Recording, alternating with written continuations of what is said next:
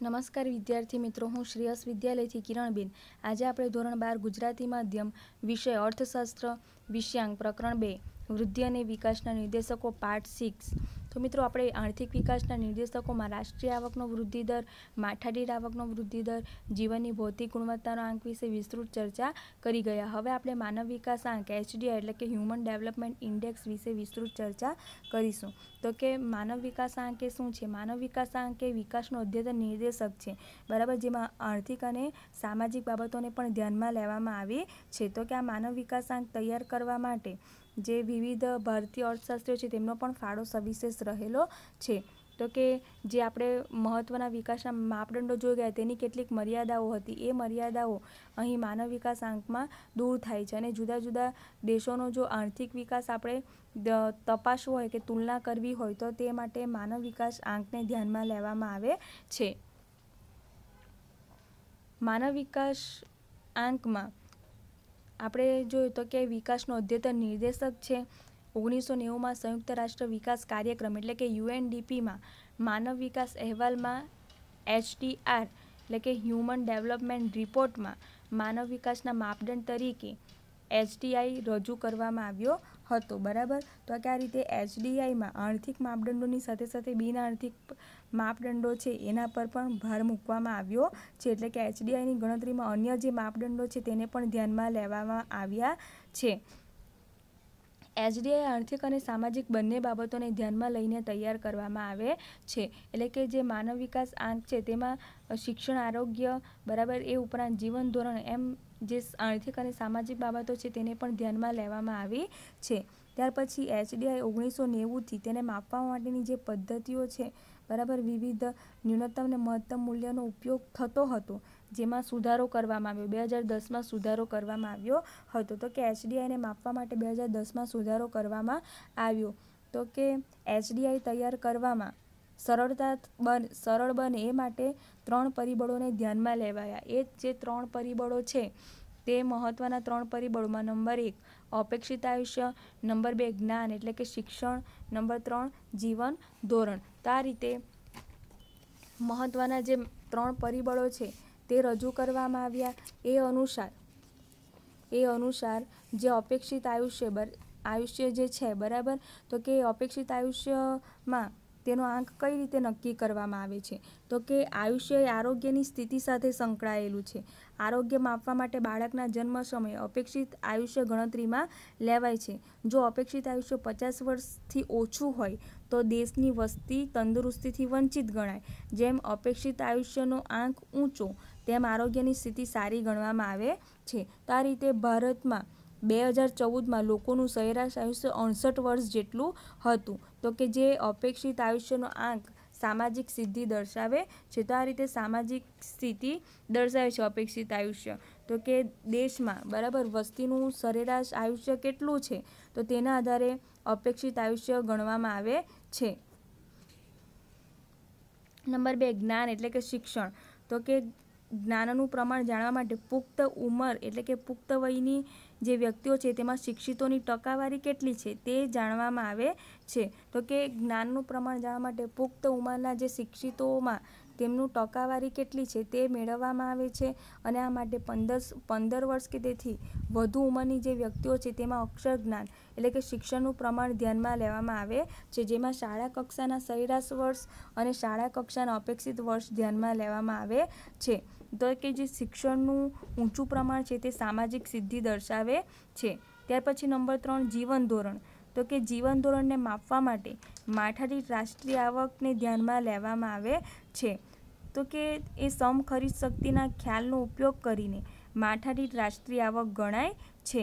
સારા જીવન ધોરણનો આધાર એ આવક ઉપર છે અને આ માટે આવકનો આંક માથાદીઠ આવકના ધોરણે મપાય છે. અને એ જો આવકનો દર ઊંચો હોય તો તેને પરિણામે જે જીવન ધોરણ માટે જે મહત્ત્વની સુવિધાઓ છે તેમાં પીવાનું પાણી, આરોગ્યની સેવા, સેનિટેશનની સેવા એટલે કે ગંદકીમાં સુધારો થવો, ત્યાર પછી બાળ મૃત્યુ દર ઓછો થવો. તો કે આ બધી જે સુવિધા છે. ત્યાર પછી ખોરાકમાં પ્રોટીન, ચરબી, કેલેરીનું પ્રમાણ વગેરેમાં સુધારો. તો એને પરિણામે આપણે જોઈએ કે જીવન ધોરણને ધ્યાનમાં લેવા માટે જે આવક છે તેને ધ્યાનમાં લેવામાં આવે છે, તેના આધાર તરીકે લેવામાં આવે છે.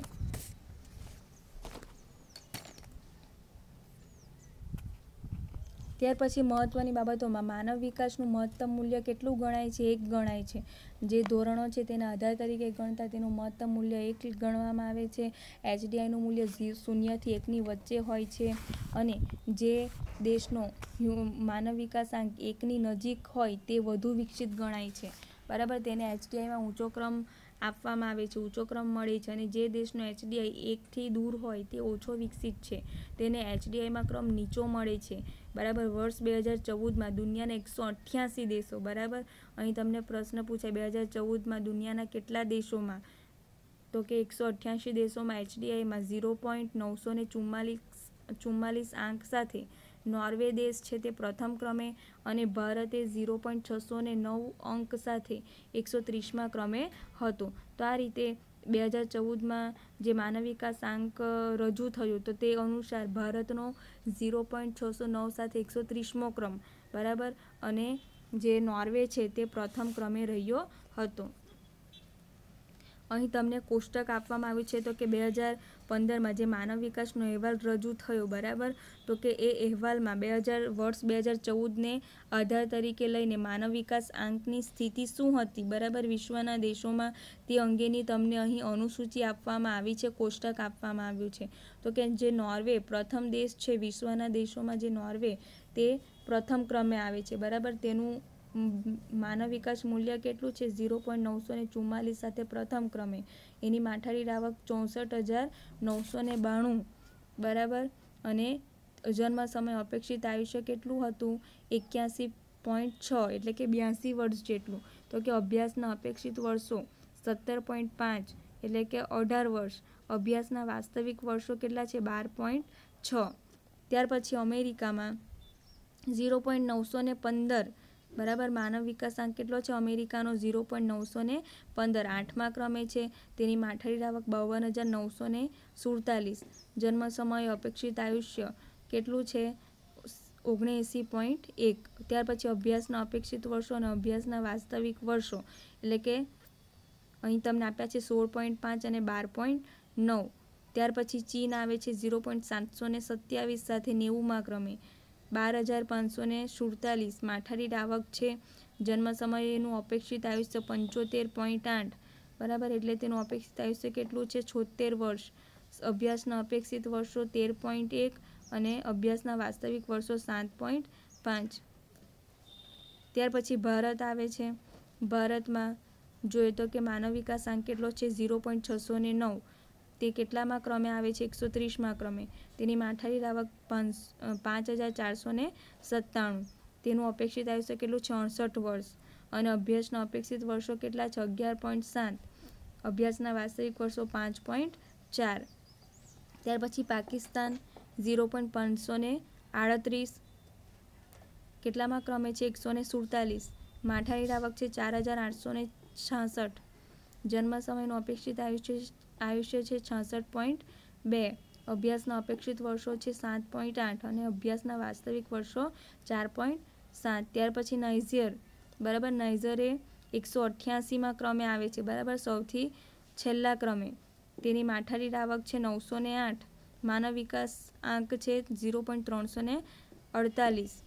જન્મ સમયનું અપેક્ષિત આયુષ્ય 61.4. અપેક્ષિત વર્ષો કેટલા છે? 5.4 અને વાસ્તવિક વર્ષો 1.5.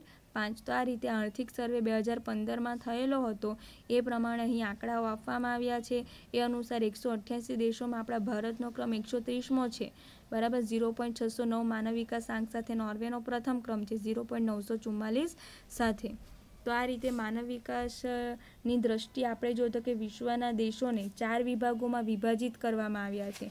એ 4 વિભાગોમાં જે વિભાજિત કરવામાં આવ્યા છે તેમાં સૌથી વધુ માનવ વિકાસાંક, વધુ માનવ વિકાસાંક અને નંબર 3 મધ્યમ માનવ વિકાસાંક અને નંબર 4 નીચો માનવ વિકાસાંક એ પ્રમાણે વિભાજિત કરવામાં આવ્યા છે. તો કે સૌથી વધુ માનવ વિકાસાંક ધરાવતા જે રાષ્ટ્ર છે, બરાબર, તેનું માનવ વિકાસનું મૂલ્ય 0.900 કે તેથી વધુ હોય બરાબર, તો તે સૌથી વધુ માનવ વિકાસ ધરાવતા રાષ્ટ્રોમાં આવે છે. તો કે એવા કેટલા રાષ્ટ્રો છે? એવા એકથી લઈને 49 રાષ્ટ્રો એવા છે કે તેનું માનવ વિકાસનું મૂલ્ય બરાબર 900 સુધી કે તેથી વધુ આવે છે. તો કે 0.890 બરાબર સાથે જે રાષ્ટ્રો આવે છે તે સૌથી વધુ માનવ વિકાસ ધરાવતા રાષ્ટ્રો છે. ત્યાર પછી વધુ માનવ વિકાસ, તો કે વધુ માનવ વિકાસ ધરાવતા જે રાષ્ટ્ર છે તો કે એ રાષ્ટ્રોમાં 0.800થી લઈને 0.900 સુધી બરાબર જે આંક ધરાવે છે તે વધુ માનવ વિકાસ આંક ધરાવતા રાષ્ટ્રો.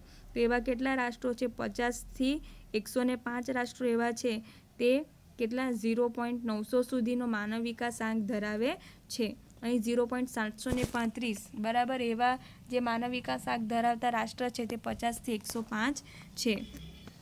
ત્યાર પછી મધ્યમ માનવ વિકાસ આંક ધરાવતા રાષ્ટ્ર જે 106થી 143 રાષ્ટ્રો એવા છે કે જેની સરેરાશ માનવ વિકાસ આંકનું મૂલ્ય 0.614 છે. નીચો માનવ વિકાસ આંક ધરાવતા રાષ્ટ્રો 144થી 188 રાષ્ટ્રો જેનું સરેરાશ માનવ વિકાસનું મૂલ્ય 0.493 છે. તો આપણો ભારત દેશ છે તે કેટલું મૂલ્ય ધરાવે છે? 0.609 માનવ વિકાસ આંક ધરાવે છે. એટલે આપણો ભારત દેશ મધ્યમ માનવ વિકાસ આંક ધરાવતા રાષ્ટ્રમાં સમાવેશ થાય છે. તો કે એના પરથી કેટલાક તારણો જે 2015ના જે માનવ વિકાસ અહેવાલ રજૂ થયો એના પરથી કેટલાક તારણો નીકળે છે. બરાબર, એમાં પહેલું તારણ કયું છે? તો પહેલું આપણે જોઈએ તો 2014માં માનવ વિકાસ અહેવાલની દ્રષ્ટિએ 0.944 સાથે નોર્વેનો પ્રથમ ક્રમ છે. નંબર 2, ભારતનો માનવ વિકાસાંક 0.609 સાથે 188 દેશોમાં તેનું સ્થાન કેટલામું છે? 130મું સ્થાન છે. નંબર 3, ભારતનો HDIના વર્ગીકરણમાં મધ્યમ માનવ વિકાસના ગ્રુપમાં સમાવેશ થાય છે. 2014માં HDIમાં છેલ્લા ક્રમે આફ્રિકા ખંડમાં આવેલ નાઇજરનું સ્થાન 0.348ના આંક સાથે અંતિમ એટલે કે છેલ્લું છે. અહીં તમને જુદા જુદા વર્ષોમાં માનવ વિકાસ આંક કેટલો હતો તે અંગેનો ડાયાગ્રામ આપવામાં આવ્યો છે. તો કે 2013માં 0.586 માનવ વિકાસ આંક હતો જે 2014માં આપણે જોઈ ગયા 0.609 સાથે 135મા ક્રમથી ભારતનું સ્થાન 130મું થયું. માનવ વિકાસ આંકનું મહત્વ, તો કે વિકાસના નિર્દેશક તરીકે જે માનવ વિકાસ આંકને આપણે ધ્યાનમાં લઈએ છીએ તેનું મહત્વ શું છે તે જોઈશું. તો કે એમાં માત્ર આર્થિક બાબતો જ નહીં પરંતુ સામાજિક બાબતો એટલે કે શિક્ષણ અને આરોગ્યને પણ ધ્યાનમાં લેવામાં આવી છે. તેનો પણ માપદંડ તરીકે સમાવેશ કરવામાં આવ્યો છે. નંબર 2, તો કે આર્થિક નીતિ ઘડનારાઓને સૂચવે છે કે આર્થિક વિકાસ એ સાધન છે, માનવ વિકાસ એ અંતિમ ઉદ્દેશ્ય છે. તો કે આ રીતે આર્થિક અને સામાજિક બાબતો ધ્યાનમાં લેવામાં આવી છે. એના પરથી સૂચવે છે, શું સૂચવે છે? તો કે આર્થિક વિકાસ એ શું છે? સાધન છે, જ્યારે માનવ કલ્યાણ એ અંતિમ ઉદ્દેશ્ય છે. નંબર 3, સાચી પ્રગતિ બરાબર આર્થિક પ્રગતિ પ્લસ સામાજિક પ્રગતિ. કોઈપણ રાષ્ટ્રની જો સાચી પ્રગતિ જાણવી હોય તો તે માત્ર આર્થિક પ્રગતિ પરથી જાણી શકાતી નથી. તો કે રાષ્ટ્રના જે લોકો છે તેનો પણ વિકાસ થયેલો હોવો જોઈએ. બરાબર, તો આ બધી જે બાબતો છે તો કે તે સમાજના જે શિક્ષણ આરોગ્ય સાથે સંકળાયેલી છે એટલે કે સામાજિક પ્રગતિ. જે શિક્ષણ આરોગ્ય છે તે સામાજિક સિદ્ધિ દર્શાવે છે એટલે કે આર્થિક પ્રગતિ પ્લસ સામાજિક પ્રગતિ એટલે કે સાચી પ્રગતિ. નંબર 4, HDI વિધેયાત્મક છે. HDI વધે તો એનો અર્થ દેશમાં શિક્ષણ અને આરોગ્યની સ્થિતિ સુધરી રહી છે. તો કે માનવ વિકાસ આંકમાં જો વધારો થાય તો એનો અર્થ શું થાય છે? શિક્ષણ અને આરોગ્યની સ્થિતિ સુધરી રહી છે. આપણા ભારતનો જો આપણે ભારત અને ચીનની તુલના કરીએ તો આપણા ભારત કરતાં ચીનનો માનવ વિકાસ આંક કેવો છે? ઊંચો છે.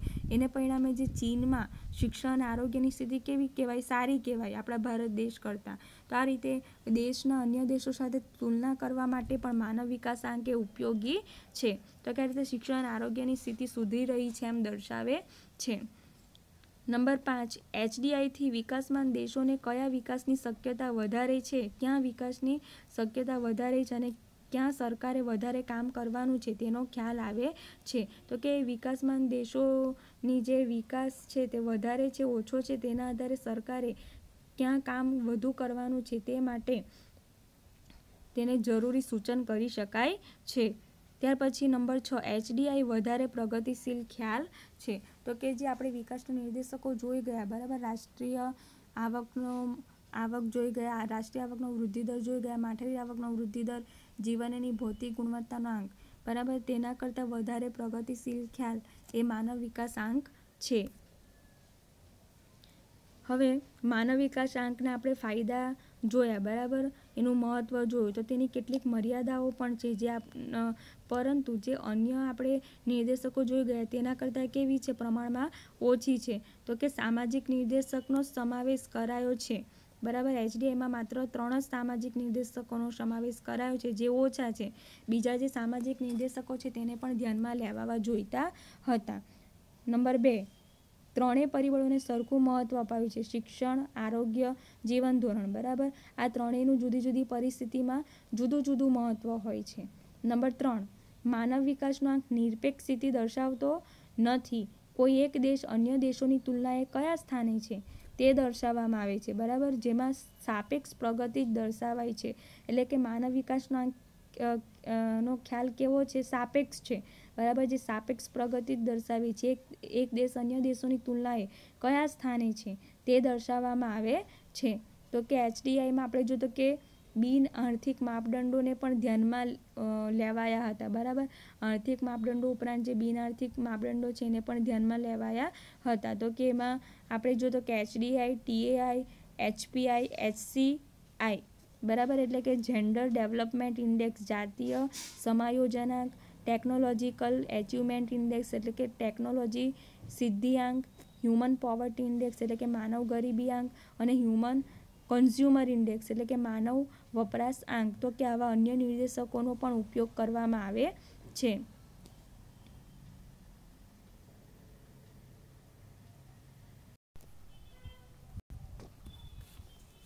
વિદ્યાર્થી મિત્રો, આજનું તમારું હોમવર્ક છે પ્રશ્ન 1, એક વાક્યમાં જવાબ આપો.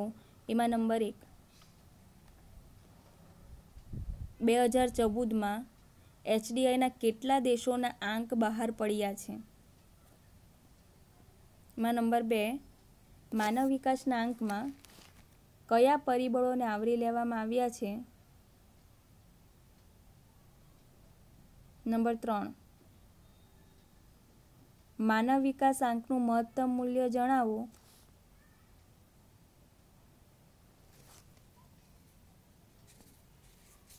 નંબર 4, HDIનું પૂરું નામ જણાવો. નંબર 5, HPIનું પૂરું નામ જણાવો. નંબર 6, GDIનું પૂરું નામ જણાવો. નંબર 7, વર્ષ 2014માં ભારતનો માનવ વિકાસ આંક કેટલો હતો?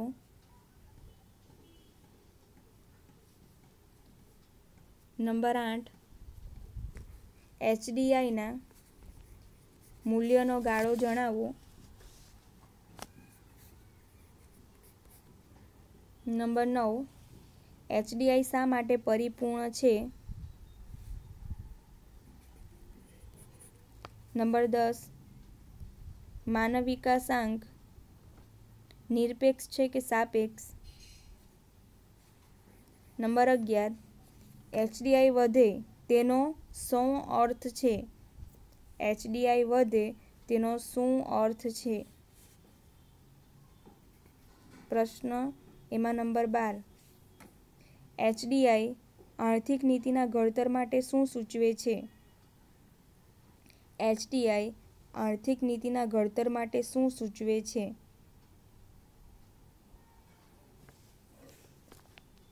પ્રશ્ન 2, ટૂંકમાં જવાબ આપો. એમાં નંબર 1,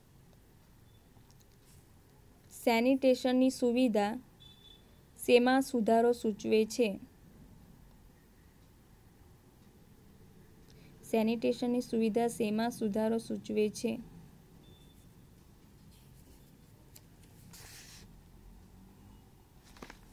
ત્યાર પછી માનવ વિકાસ આંકની મર્યાદાઓ જણાવો. માનવ વિકાસાંકની મર્યાદાઓ જણાવો.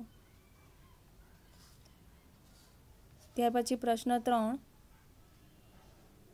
વિસ્તારપૂર્વક જવાબ આપો. માનવ વિકાસાંકમાં કઈ કઈ બાબતોનો સમાવેશ થાય છે તેની સમજૂતી આપો.